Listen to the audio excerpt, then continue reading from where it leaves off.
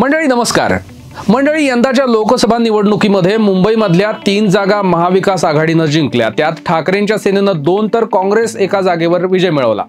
तर मुंबई उत्तर लोकसभेमध्ये अमोल कीर्तीकर केवळ 48 मतांनी पराभूत झाले।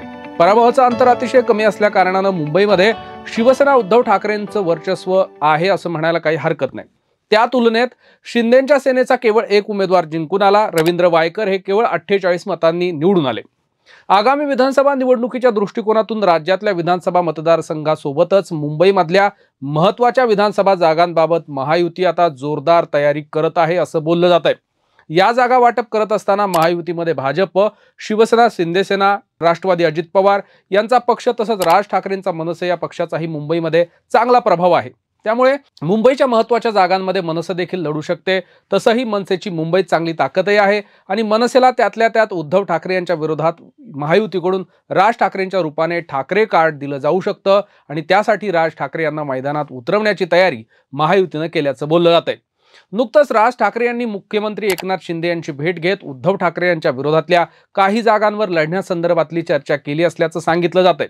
विशेषतः आदित्य ठाकरे यांच्या वरळी मतदारसंघामध्ये मनसेकडून राज ठाकरे यांचे निकटवर्तीय आणि माजी नगरसेवक संदीप देशपांडे यांना उमेदवारी देण्याची शक्यता व्यक्त केली जाते। असं जर झालं तर आदित्य ठाकरे यांच्या मतदारसंघात विरोधात राज ठाकरे हे जोरदार तयारीनिशी उतरणार असल्याचं बोललं जातंय। वरळी मतदारसंघामध्ये मराठी मतांची विशेष संख्या आहे। हा मतदारसंघ बहुभाषिक असल्या कारणाने अमराठी मतांची देखील मोठी संख्या आहे।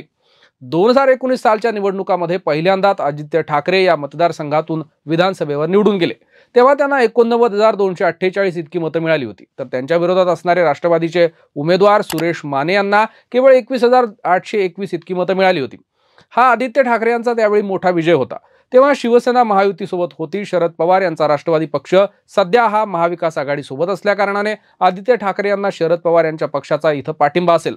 आदित्य ठाकरे यांच्या विरोधात महायुतीकडून उमेदवार देताना विशेष काळजी घेतली जाते।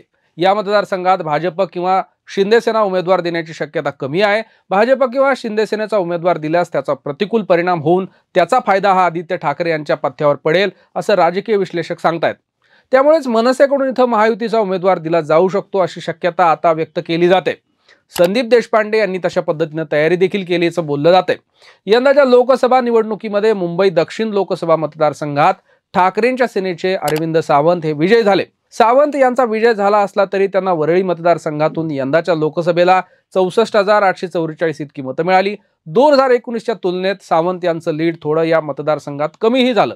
याचाच अर्थ या मतदारसंघात महायुतीसाठीही चांगलं वातावरण असून तगडा उमेदवार दिल्यास आदित्य ठाकरेंच्या विरोधात महायुतीचा डाव एखाद्या वेळी यशस्वी होऊ शकतो असं राज ठाकरे यांना वाटतंय।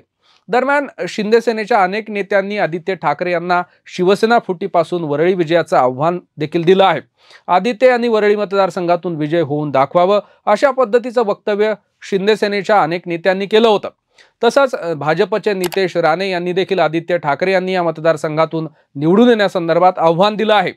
महायुती आदित्य यांच्या विरोधात चांगलीच पेटली असून त्यांच्या पराभवासाठी प्रयत्न करत असल्याचं बोललं जात आहे।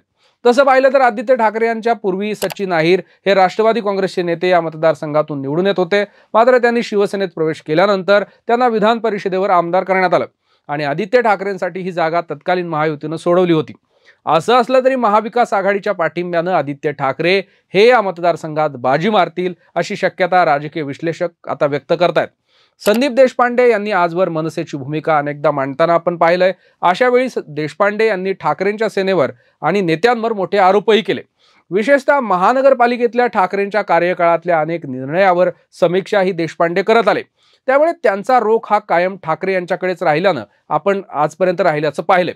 यंदाच्या विधानसभेला संदीप देशपांडे विरुद्ध आदित्य ठाकरे असा सामना झाल्यास हा सामना स्पष्ट ठाकरे विरुद्ध ठाकरे असाच होईल आणि यात दोन्ही ठाकरेंची प्रतिष्ठा पणाला लागेल अशी शक्यता आता व्यक्त केली जाते। संदीप देशपांडे राज यांच्या निकटवर्तीय नेत्यांमध्ये येतात। त्यामुळे राज ठाकरे त्यांच्या विजयासाठी प्रयत्न करतील। तुम्हाला काय वाटतं? संदीप देशपांडे आदित्य ठाकरेंना आव्हान देऊ शकतील? याबद्दल आम्हाला कमेंट बॉक्समध्ये नक्की कळवा आणि अशाच नवनवीन व्हिडिओसाठी पाहत रहा कडक बात।